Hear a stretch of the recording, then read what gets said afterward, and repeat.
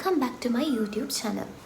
ඉතින් අද මම ඔයාලට මේ කියන වීඩියෝ එකේ මම කතා කරන්න බලාපොරොත්තු වෙන්නේ මම අර කලින් දාපු BandLab එකේ තියෙන effects use කරන වීඩියෝ එකේ part 3 එක.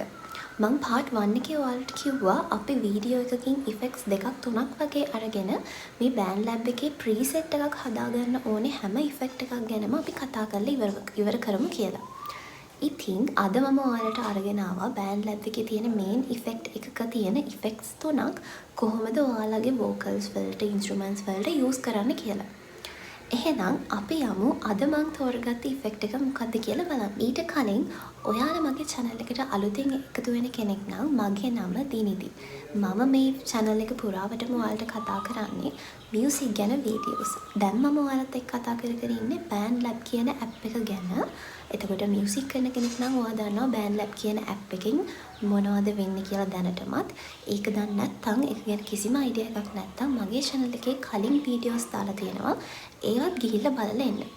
මම මේ වීඩියෝ එකේ part 1 and 2 description එකේ link කරලා තියන්නම්. අනිවාර්යෙන් ඔයා අලුතෙන් එන කෙනෙක් නම් මේ වීඩියෝ එක බලන්න කලින් ගිහිල්ලා ඒ වීඩියෝස් දෙකත් බලලා එන්න. හරි. එහෙනම් අපි යමු අද මම තෝරගත්ත effect එකට.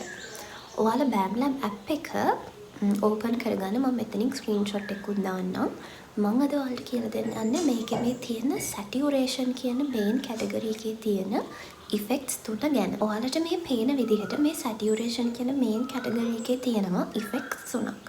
හරිද? එතකොට පළවෙනි එක තමයි exciter, දෙවෙනි එක tape simulator, අනිත් එක vocal enhancer.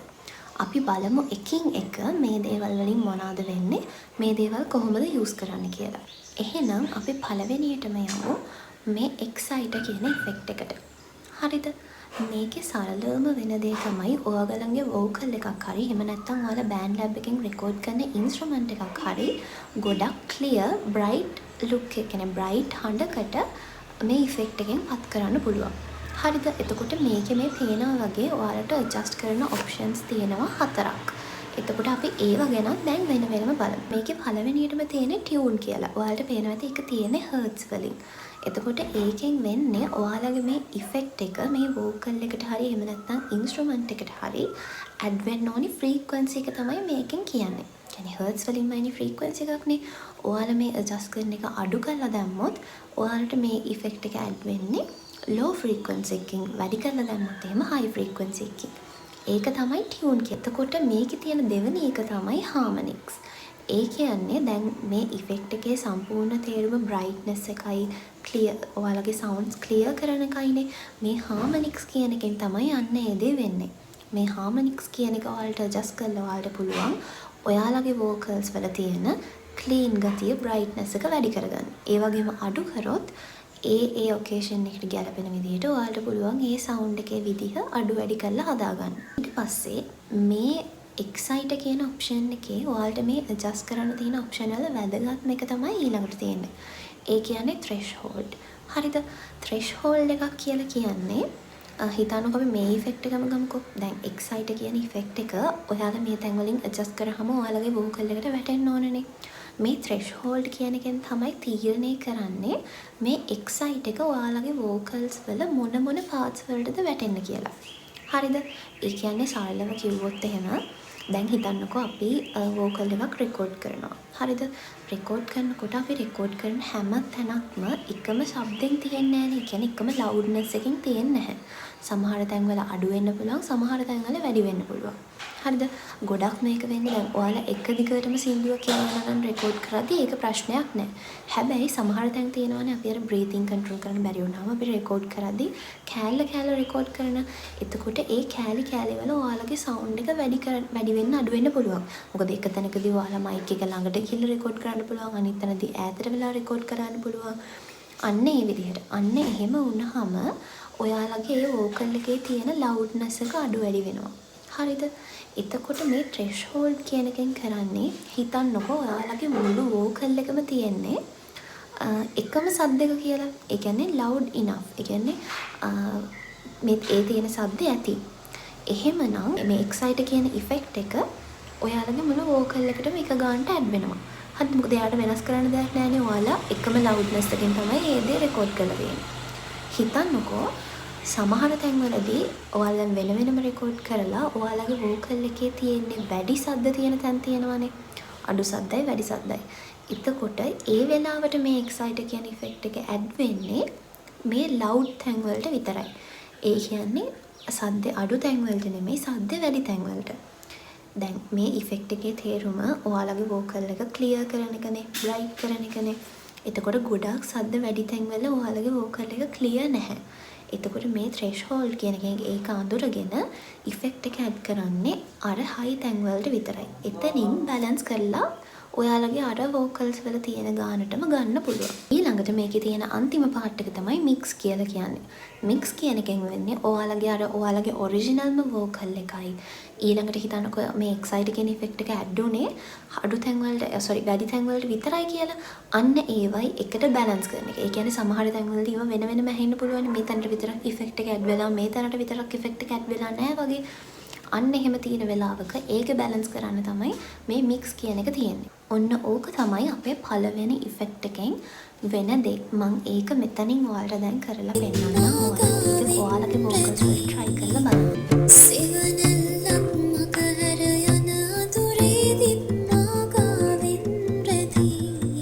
ඊළඟට තියෙන ඉෆෙක්ට් එක තමයි මේ saturation කියන එක ඇතුලේ tape simulator. හරිද? මේකේ සරලම තේරුම තමයි කැසට් එකක වගේ සවුන්ඩ් එකක් ඔයාලගේ වෝකල්ස් වලට හරි ඉන්ස්ට්‍රුමන්ට් වලට හරි එකතු කරන එක. හරි. ඔයාලට මේ පේන විදිහට මේ ටේප් සිමියුලේටර් කියන එකෙත් වෙන වෙනම ඇඩ්ජස්ට් කරන්න පුළුවන් ඔප්ෂන්ස් 5ක් තියෙනවා. හරිද? එතකොට දැන් අපි ඒ දේවල් ගැනත් එක එක බලමු. මම අන්තිමේට ඒකත් ඔයාලට යූස් කරලා පෙන්නන්නම් ස්ක්‍රීන් රෙකෝඩින් එකේ. එතකොට ඔයාලට බලා ගන්න පුළුවන් අර කලින් ඉෆෙක්ට් එකේ මේ ඉෆෙක්ට් එකේ තියෙන වෙනස්කම් මොනවද? සද්ද අඩු වැඩි වෙන්නේ කොහොමද කියලා.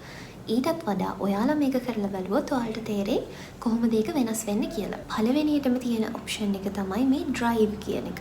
හරිද? එකෙන් වෙන්නේ ඔයාලගේ මේ තියෙන වෝකල් එකේ warmth එක වැඩි වෙන එක.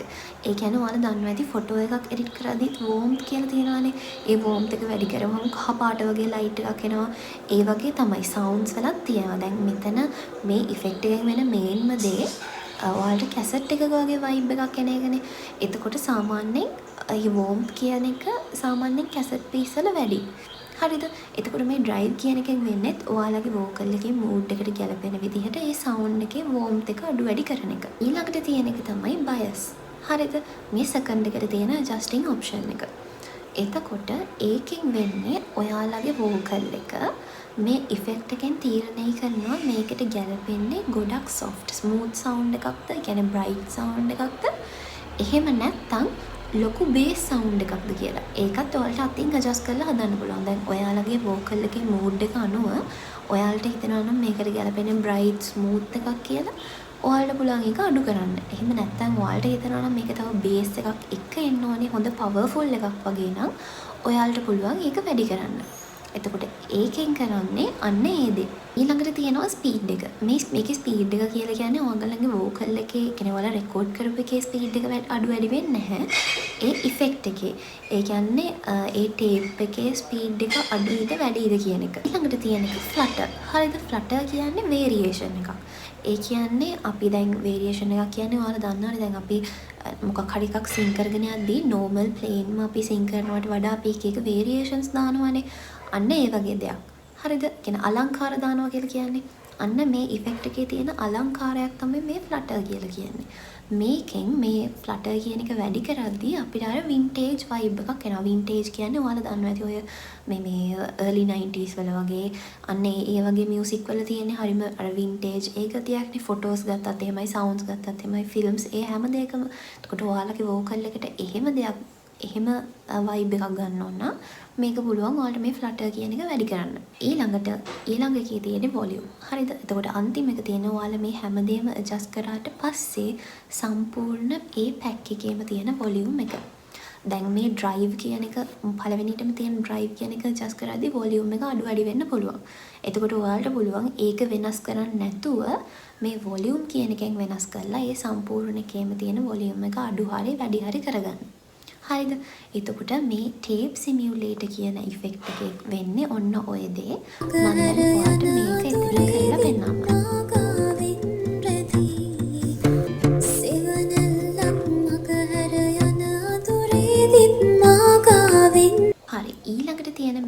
තියෙන අන්තිම ඉෆෙක්ට් එක. ඒ කියන්නේ මේ සැටියුරේෂන් කියන මේන් ඉෆෙක්ට් එකේ තියෙන අන්තිම ඉෆෙක්ට් එක තමයි vocal enhancer. හරිද? ඔයාලට දැන් නමින් තේරෙනවා ඇති vocal enhancer කියන්නේ අපේ ශබ්දය, කියන්නේ අපේ හඬේ තියෙන මොකක් හරි දෙයක් enhance කරන එක. ඒ කියන්නේ එක්කෝ ශබ්දේ හරි එහෙම නැත්නම් අපේ ටෝන් එක හරි මොකක් හරි ඒ දේ. හරිද? එතකොට මෙතන ඔයාලට තියෙන ඉෆෙක්ට්ස් දෙකයි. කියන්නේ adjusting options දෙකයි තියෙන්නේ. එකක් තමයි mix, අනිත් එක තමයි mood කියලා ඔයාලට පේනවා ඇති. මේ mix එකෙන් කරන්නේ ඔයාලගේ මේ ඔරිජිනල් එකත් එක්ක මේ ඉෆෙක්ට් එක බ්ලෙන්ඩ් කරන එක. ඒ කියන්නේ ඒකේ සද්දේ මික්ස් කරලා ඒකේ ඉෆෙක්ට් එකක් කියලා හෙන්නේ නැති විදිහට නියුට්‍රල් කරලා බ්ලෙන්ඩ් කරලා හදන එකට. හරිද? එතකොට මෙතන මෝඩ් කියනවා ඔයාලට ඇඩ්ජස්ට් කරන්න නෙමෙයි තියෙන්නේ. ඔයාලට සිලෙක්ට් කරන්න තියෙන්නේ පේනවා ඇති පල්ලෙහාට. warmth, standard, එතකොට general අන්න එහෙම කියලා තියෙනවා. දැන් අපි බලමු මේ ඒ වගේ මොන වගේ ශබ්දද ඇහෙන්නේ කියලා. මම දැන් මේක කියනවට වඩා කරලා පෙන්නන්දී ඔයාලට තේරෙයි එකින් එකේ ගොඩක් ලොකු වෙනසක් තියෙනවා සද්ද ඇහෙන විදිහේ. පළවෙනියටම තියෙන්නේ මේ warm කියන එක. ඒකෙන් ඔයාලට සාමාන්‍යයෙන් soft smooth හඬක් ගන්න පුළුවන් මේ අනිත් තුනට වඩා. හරිද? මම කරලා පෙන්නන්දී ඔයාලා බලා ගන්න. ඊළඟට තියෙන්නේ standard. standard කියලා කියන්නේ සාමාන්‍යයෙන් ඔයාලගේ vocal එක ගොඩාක් bright උත් නැති, ඒ වගේම ගොඩක් ස්මූත් උත් නැති හරිම බැලන්ස් එකක්. ඒ කියන්නේ හිතනවා ගොඩක් loud නැහැ, ගොඩක් low pitch ගොඩක් enhance වෙලා නැහැ, high pitch ගොඩක් enhance වෙලා නැහැ.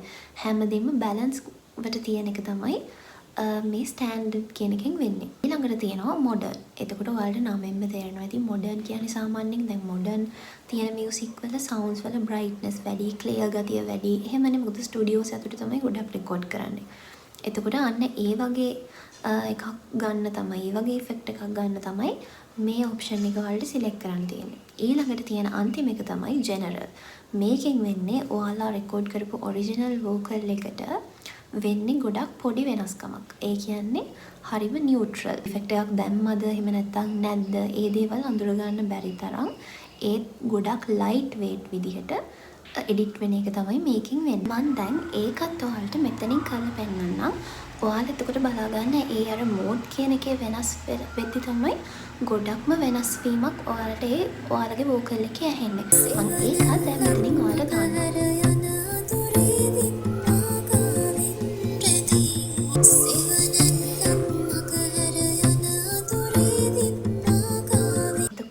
ඔන්න ඔය දේවල් තමයි මේ සැටියුරේෂන් කියන මේන් ඉෆෙක්ට් එකේ තියෙන ඉෆෙක්ට්ස් වලින් වෙන්නේ. මං හිතනවා ඔයාලට පැහැදිලි වෙන්නේ නැති. කාට හරි කෙනෙක්ට මේක එක දිගට බලද්දි පැහැදිලි වුනේ නැත්නම් ඔයාලට පුළුවන් මේ ඉෆෙක්ට් එක යූස් කර බල මේකෙන් එක ඉගෙන ගන්න. හරිද? එතකොට කාටම හරි මේ දේවල් ගැන මොකක් හරි ප්‍රශ්නයක් තියෙනවා නම් අනිවාර්යයෙන්ම පල්ලෙහින් කමෙන්ට් එකක් දාන්න. මම වීඩියෝ එකකින් හරි එහෙම නැත්නම් එතනම රිප්ලයි එකක් විදිහට හරි ඔයාලට අනිවාර්යයෙන්ම රිප්ලයි එකක් දෙන්න. මං හිතනවා අද මම මේ කතා කරපු එක ඔයාලා හැමෝටම වැදගත් වෙන්නේ නැති, ඒත් එක්කම තේරෙන්නේ නැති කියලා. ඔයාලට තව ඉස්සරහට මේකේ තියෙන ඉෆෙක්ට්ස් ටික ඉවර වෙනකම් මම වීඩියෝස් ගේනවා. ඒ නිසා ඔයාලට හිතෙනවා නම් මේක වැදගත් කියලා අනිවාර්යයෙන්ම මගේ channel එකට subscribe වෙලා ඉන්න. තව මේ වගේ ගොඩක් දේවල් ඔයාලට මගේ channel එකේ through ඉගෙන ගන්න පුළුවන්.